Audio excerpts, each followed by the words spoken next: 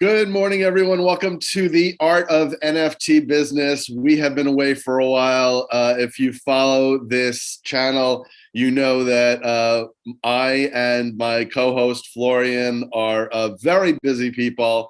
We are trying to find time in the schedule to be able to produce these. So bear with us. We think that Mondays, early Mondays, will probably work. We're getting everything together so that we have a great season this season. So let's just start off with our usual disclaimer. We are not financial advisors. This is not financial advice. I am an entrepreneur. Florian is a professional soccer player, and we love the NFT space. And that's what we're going to talk about. We're going to talk a little bit about technology. We'll talk about some of the NFT projects that we're looking at, some of the projects that maybe we have purchased recently, and some news that is really quite amazing. We don't have a guest this time. This is actually a new format that we're trying out. It's just me and Florian talking about what's going on in the industry. We named this episode, the episode is called the Pixelmon Disaster. So why don't we start there, Florian? What are your thoughts as I bring up what these things looked like as they were being revealed? Well, I was not really aware of what was going on. I was not really aware of that project coming out until you actually sent me a picture and like message me about the reveal that had happened and how much money the founders made out of it, and how of a fiasco it is now. There's more tweets about the founders using that money to purchase high valued and expensive NFTs. So there's a bit of drama in the NFT world, and we see more and more like kind of rug pull, but coming out of like a project like that with that kind of name, I think a lot of people were disappointed. Yeah, so these guys made $73 million in total. And then when these things were revealed, they look terrible. I mean, first of all, you already see, so the prices dropped. They did a Dutch auction. So if you wanted to get in early, if you just like we did with I'm blanking, Florian. What's the project that we got into? Bungie, right? So they also did, but now they were very smart and they were legit, because if you wanted one of those statues, you had to then be one of the first, I guess, 100 people. The first 100? So 200. So they started their Dutch auction at, I think, do you remember what they started at? Was it 3? I think it was like I think it was 3.3, because I think the number 33 is like important for his artist, for Murphy. So yeah. So if you wanted that first 200, and then I think they did every 3 minutes, it dropped down a little bit more, right? Every 5 minutes it dropped down 0.1. Right. And then there were increments of 33, that every 33rd person also then wound up getting something like that, getting a statue. They were supposed to get like some kind of physical artwork from the artist. So it was pretty. They attempted it once. They had to like postpone because there was like some issues, and then they did it the right way. But I have no idea how Pixelmon did it. You probably are more aware than I am, but I know each NFT sold for like 3 ETH. Yeah, that's exactly it. I mean, they really had they had a lot of people that aped in and grabbed, these for 3 ETH at the top. That's how and I don't think I think that they sold out, with Bungie. We were on the white list, so we knew that we were going to get one. Even if we didn't buy it at the top, we were able to buy it at the bottom, and we knew that we were guaranteed one. So that didn't happen in this case. In this case, everyone aped in at the 3, and I mean, then the reveal is just amazing, because these things, I mean, this one actually doesn't look that bad. This one doesn't look that bad. The fact that this is identical to this and this, I mean, I don't see any difference between these threes. I mean, these are just, oh, this is terrible. This artwork is just a disaster. And what's happening now is people are saying, oh, you know, give them a chance. You know, that's why the floor price is still at 0.35 when really it should be at 0.001. But people are trying to kind of coax other people. This is where a Ponzi scheme comes in, right? Because you're trying to, you know, say, oh, there's going to be a lot of value in this. Meanwhile, that guy, and here's the, tell me if you're able to see this tweet. So this is Cross, yeah, you see it? So Cross ETH, and this is the guy, I think he's like 21 years old. He left college. He worked with Royal Players Society, which is, I have one of those as well. And he found out that, so just here's, I'll just read his tweet. Just found out the person who bought my ape was the founder of Pixelmon. Using the funds from the $70 million sale, he went on a buying spree of 400 ETH in NFTs using the product's development. And then this thread shows what was being bought. And then further on, well, we could see actually from this is the original announcement that Zach had. So Pixelmon raised over 70 million at 3 ETH per mint just for them to reveal like this. I think it's fair to say all the buyers were rugged. Stop supporting cash grab NFTs. And we're just gonna zoom in on some of these. And they are just terrible. Let's see if I can, before my computer, I mean, this is terrible. This is blurry, and it looks like a child did this. This is terrible. So what do you think? Is this going to change the way that I mean, there's nothing even here. This is just grass and like something had fallen down. Just terrible. What do you think? Is this going to change the way that people buy NFTs? Well, it's a new space still.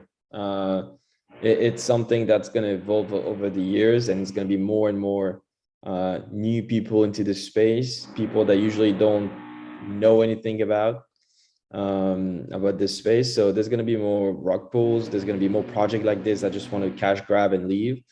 So it's going to become probably a problem. Yeah, well, I think one of the biggest things is that I'm pretty sure, and I didn't do the research, but I'm pretty sure that these guys were undoxed, right? So you have all these projects that nobody is telling who they are. They're not giving their real Twitter accounts. They're making up a fake account. They don't have their connections to their LinkedIn. And I think, you know, what's happening is, you know, it's a mix of novices and children that are buying these, right? I mean, the same kids that are playing Minecraft are the same kids that are buying these NFTs because they're hoping that they can get in early on a game, on the illusion or the expectation of a game. And that will then, you know, then they'll have an NFT that they're able to play in their game and hold on to that as the game progresses, which, you know, look, I mean, if you think about it in terms of Minecraft, absolutely. Like that is, you know, if I could, you know, you have all these people that are playing Minecraft. Instead of buying things from the Minecraft store, if you could own things that then made you money and you could play to earn, that's where all of this is going. And that's why NFTs are kind of ramping up and it's so exciting. But at the same time, if you're not with a viable company, you know, you can't, even though these guys made $73 million, right? Most of the NFT projects are making $2 million. Which, when you think about it, if these projects are supposed to go on for decades, even just years or months. We're in such a small segment right now. We're what, 2 years in? Are you 2 years into this? I think I'm 2 years into this. I think it's like more like really early, like to 2014, like for the first like NFT project. But oh yeah, it really kind of like blew up beginning of last year. So early. Right. You weren't in 2014, were you? No. Okay, yeah. You got in like in 2019. Yeah. 2019. 2021, pretty much. Yeah. Early 2021. Okay, right. So the idea now, I mean, here we are just in February of 2022, and the expectations of these projects, because these are kids, they don't understand what it takes to build a game. They're turning around and they're like, a month later, they're like, where's the game? And then they're selling off. I mean, there are projects that people are selling for $0, 0 ETH, and it's because of the frustration that they're not realizing that this is a new team. This is a new company that's forming. They have no idea in terms of management of how to get those games done. It takes years to build games, right? If you want a successful game, you have to go in, you have to hold these for years. And so that's what's spurring on all of this kind of overexcitement and hyperinflation of these NFTs. I feel bad for the guys, for anyone who paid 3 ETH for any of this stuff. Yeah, it's difficult to know where a project is going to go, and that's why usually sometimes minting a project that has a lot of hype and a lot of like realistic ambitions it's good to mint, but usually prices drops after mint, so you can usually grab, or even after reveal, you can actually grab some NFT project that you like on the secondary market more than minting. But yeah, I think it's becoming more and more of an issue. There are people that try to find those rock pools, try to let customer know about some of the projects that are overhyped. But it's going to be an issue for a long time, I think. Yeah. Then we had other disappointments, right? We had Aaron Fox ditched his NFT project that raked in $1.5 million. Let's take a look at that. Like talking about this one and any other project nowadays, when you get into the NFT world, I think that people, like customer, want some added value to what they're buying to, and I think this player in particular did not really realize how much work he had to put into it, and I think that's why he stepped away. But it's fair to say that I think he needs to be responsible and take responsibility for it. It's the NFT space is not like a money grabber. It's more like it's the future of like the web's web 3.0 as we call it, and yeah, I think it's sad to see those celebrities, because he's a celebrity, he's a personal an athlete, so someone people that look up to, and doing this is not going to help.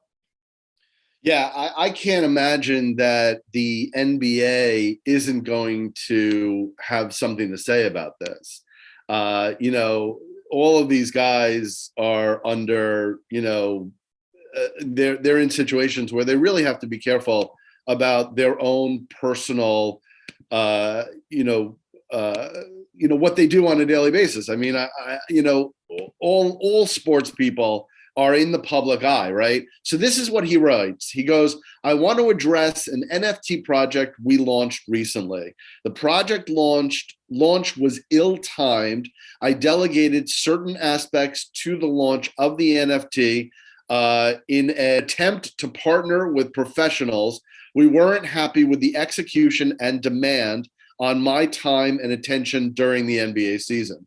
I mean, That's completely understandable because, look, you're running around, your season has just started, you're crazy busy. You can only imagine that for these NBA guys, I mean, everybody's in competition to make sure that they're going to make it through the season. And on top of it, he's trying to manage an NFT project. One of the things that we're really realizing is that some of these projects have just been pulled together, overnight, and with no understanding and no realization that they're going to have to manage these projects. He went on to say, this project is about a brand that will continue to grow, but I have obligations that I must fulfill to the Sacramento Kings and their loyal fan base. They deserve all of my attention. As I stated previously, I look forward to doing this again the right way and adding value to my NFT holders. I'm excited to learn from the entire NFT community as well. The project will be updated at the conclusion of the NBA season. Well, I mean, that's a little bit different than the original announcement that he was completely stepping away from this project. He just simply can't work on it during the NBA season, which is understandable. I mean, look, Shaq has, he runs hundreds of businesses, but he doesn't really run hundreds of businesses. He has good people underneath him that are running those businesses, and then he gets daily updates. But in an NFT project, you are the social media person, you are the marketer, you are the band band conductor. You're doing everything, right? Unless you're in a position that you then sink your own money into these projects and hire a project manager and able to bring that thing forward. Again, I feel bad for anybody that kind of thought that they were going to run through, grab this NFT, and then all of a sudden, they were going to have De'Aaron Fox managing this project. And so I'm sure the floor has, hit on this. What I think is interesting, so we were talking about this during the week, this Angels and Devils project, right? So you introduced me to this Angels and Devils project. Tell me a little bit about that project.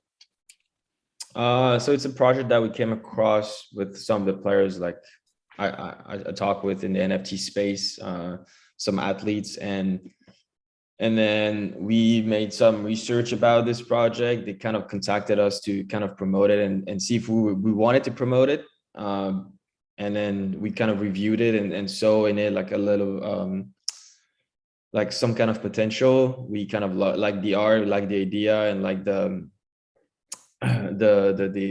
idea behind it. So we kind of jumped on it, and it kind of actually sold out like with the whitelist. Pretty much everybody got his NFT, and then the public mint sold out in like 3 minutes. So it's pretty exciting to see what's going to happen with it. Yeah, I mean, I was shocked. They didn't really have a huge Twitter following. They only had about 6,000 people on their Discord. But the thing is, it was, when we reviewed it, it was all organic. Nothing was like bought, nothing was everything was organic. It was just like slowly building up to it, and that's what made us like really interested in this project. So part of the thing, Florian, is I didn't realize that. I think this is just our communication. I didn't realize that they wanted us to be involved in that project launch. Is that what you're saying? They wanted us to be involved in the project launch? No, they did not. Like I talked to other, like I'm in a group of like athletes. Okay. We have a community of athletes that are involved in NFT, and we kind of use our platforms to promote some of the projects that we do like, with the help of another community called Rug Pool Finder. So they help us evaluate some of the project that we interested in, and telling us like if it's going to be a rock pool, if it's going to be, it's really legit one. So it's been a really great partnership so far, and we've had a lot of like success with, and a lot of really good project we went into, helping them like promote it, and we were like really happy how the way it turned out to be. So that's how we got into like the Angel and Devils. So that's called blue something, right? It's called the blue check. Yeah. The blue, that's the group is blue check. The blue check, and check is like in French. It's CHEQUE. Okay. And so that group, and I followed them on Twitter. That group is made up of influencers and athletes. Mostly like athletes and people from the entertainment industry. Like not everybody can join in. Like I think the board is like kind of like decides on who can and who has the potential to help and then help promote like some of the project or help this community grow and be like an advisor for the NFT industry. So it's been pretty fun because it's only like 2-3 weeks old, so it's pretty recent. And obviously they did amazing things for the Angels and Devils project. We did, but I don't think it's all on us. I think it's the whole project itself, the way it built itself and then brought organic followers in the community behind it. So, and I think the value that they'll be adding, I think it's going to be interesting to see. Well, that's super exciting that you're involved with that blue check group. Yeah, because we have a lot of different profile in this. A lot of guys that have been there for a long time. Some newcomers.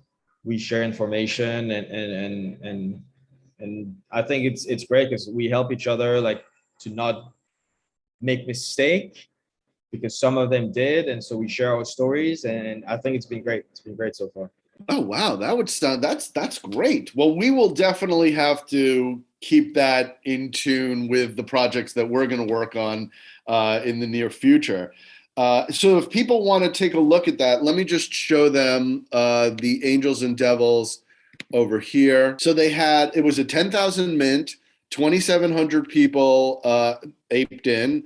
The floor price is still pretty reasonable, and the volume trading is pretty good. So Angels and Devils is a collection of 10,000 hand-drawn NFTs.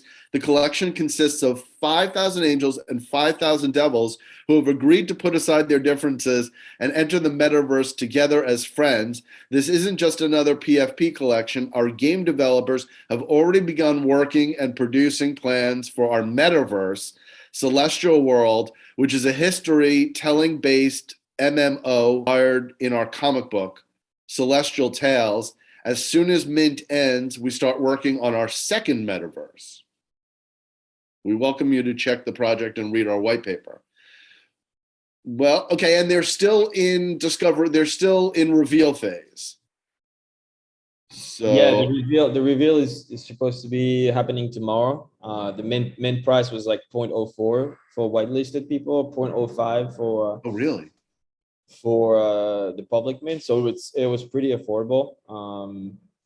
Well, that's great that it's already jumped up like that. Let's see what the activity looks like. Nice. Wow. So it started off at, well, it looks like it started off at 0.7, but interesting. But now it's up to and maintaining a 0.09, selling at 8 minutes, 12 minutes, 20 minutes. That's a fairly good. Oh, save gas by 2. So some people are selling 2. They're doing bundles. Very interesting. Well, that's great that you got it. Did you buy one of these? I bought 3. Oh, you did? Oh, great. Yeah. Oh, that's exciting. I bought 3 because I used the 3 rule, like the rule, like I don't know you said this rule, but like it's like you buy 3, you sell 1 after the mint, because usually after mint it's like price goes higher, and then you keep 2, and then based on you keep after the reveal you keep the highest, the rarest one, unless you really love the project and then you want to keep all 3. But so far I'll just keep him. So I haven't done that rule yet. I have heard of that rule. I haven't sold an NFT yet. I haven't sold one that I have bought. I'm trying to think. I haven't sold one yet. I'm in the long game.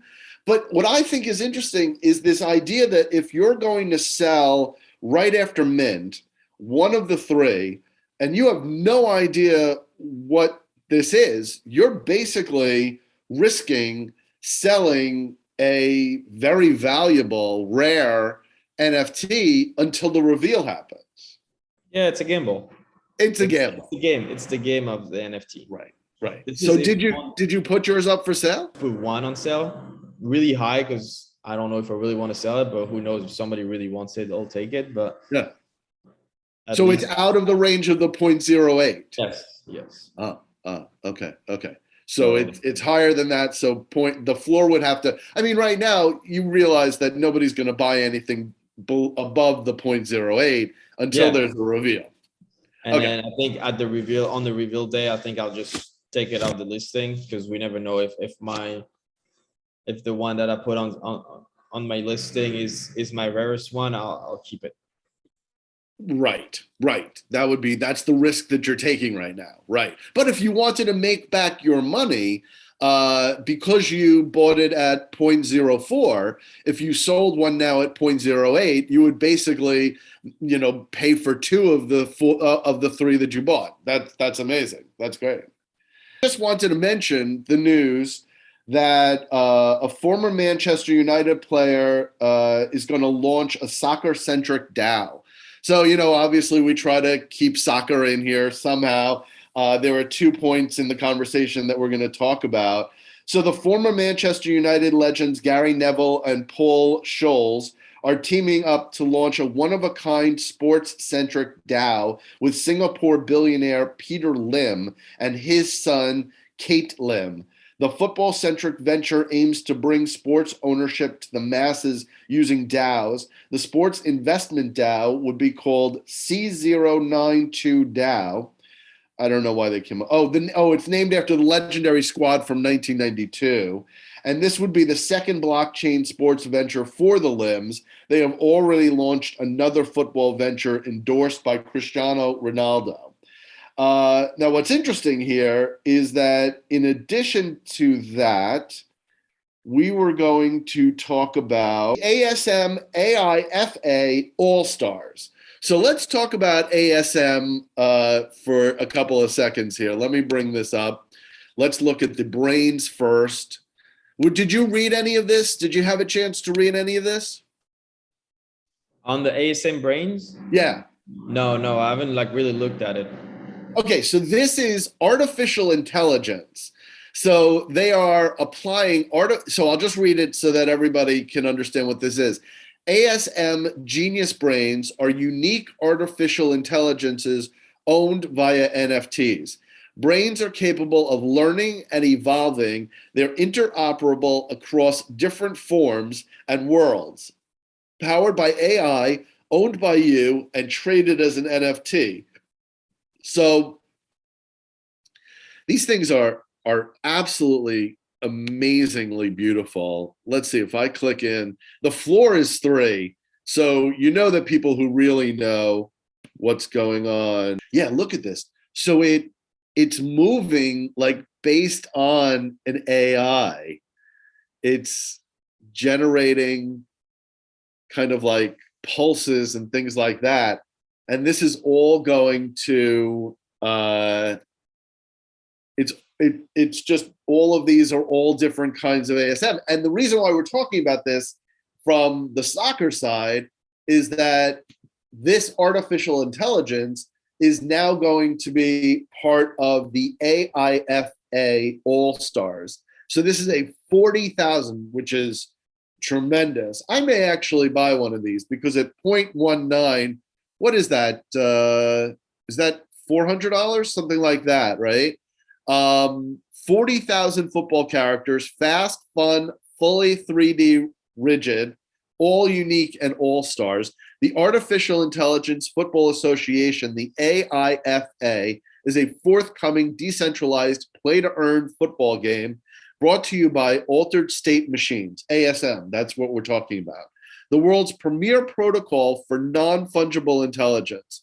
Configure your team, pair them with ASM brains, and train them to rise to the top of the AIFA championship, or take your favorite animated all-star for adventures in other metaverses.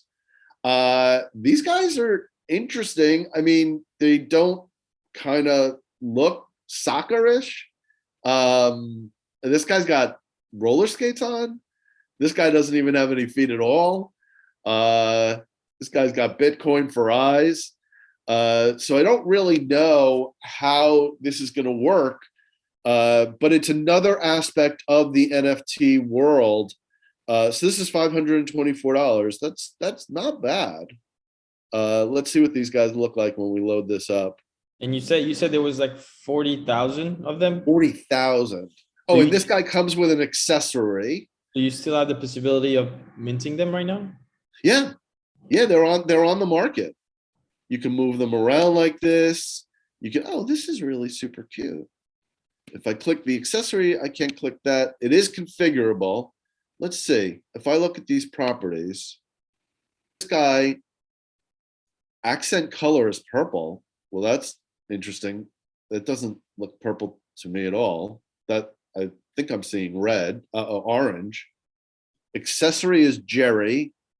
Love Ghost. So he has, his arms are called Love Ghost. His eyes are called Blob Beast. His color is dark orange. So whatever the accent color, I don't understand why the purple is called that. The body is a Love Ghost. So this is a Love Ghost, basically. Genesis is morph alterable. It's very interesting. We would have to figure out, let's see, if I go to the website, I mean, what would be really cool is obviously if they kind of created more realistic soccer creations, right? Oh, so this is just the same. This is just bringing that up. What do you think? Is this where the future is going, Florian? I think it's a cool idea, to be honest. I personally wouldn't buy it because the art like doesn't really speak to me.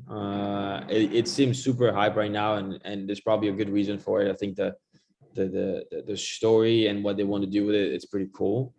I think the future is like, it's like play to earn. I think it's more like having interaction, being able to use your NFT in the metaverse, using your NFT like playing like in a game, playing against other people. So I think this is kind of like where everything is going now, more than it used to. Like back in at the end of last year, it was more about what kind of utility can they give me, like what kind of access to merchandising, events, or something. Now it's more like towards gaming. Gaming is definitely the right way to go. It's I think all of this is going to be play to earn. What's in your wallet? Have you bought anything recently that you're excited about?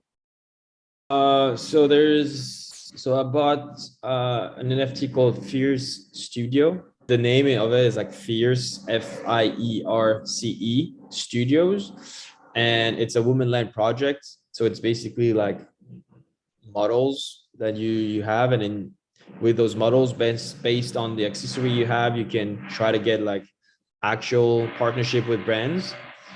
They've been giving away like Saucony shoes because some of the models have Saucony shoes. They've been giving away Doge coins because some of the models have the little dog on the NFT.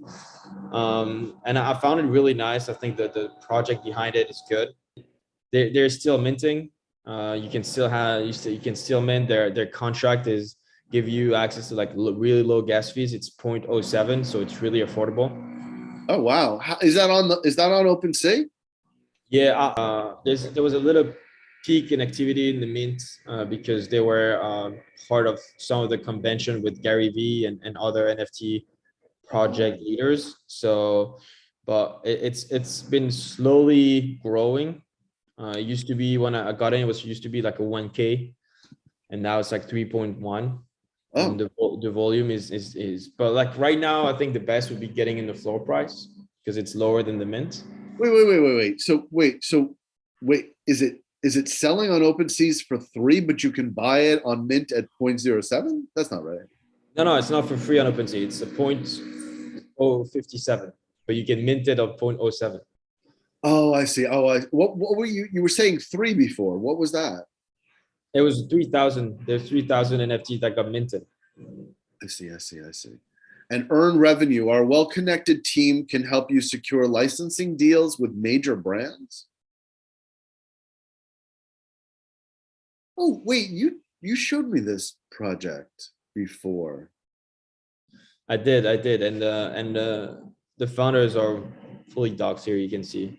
Yeah, and they've also got, they're affiliated with Saucony. Oh, that's the brand that you were talking about. I see. And but now, if I went to OpenSea, are there people selling it for less than?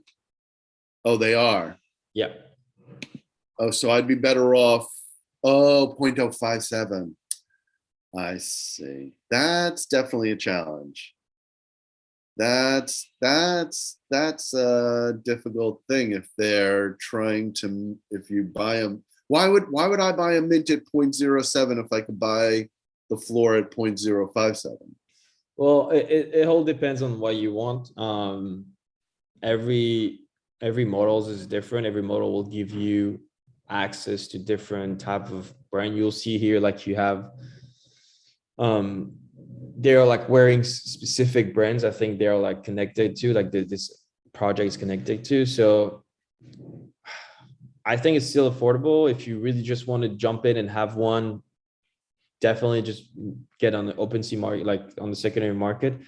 If you want to have a nice reveal and potentially have, because as they go, they're creating, and that's what I'm thinking, and that's what from what they've been saying, that's what I'm thinking, is that they are creating new partnership. And so from the minting, when you mint, you get a brand new fierce model with brand new accessories that nobody else has. So that's probably the reason why you would like to mint rather than buy on the OpenSea market.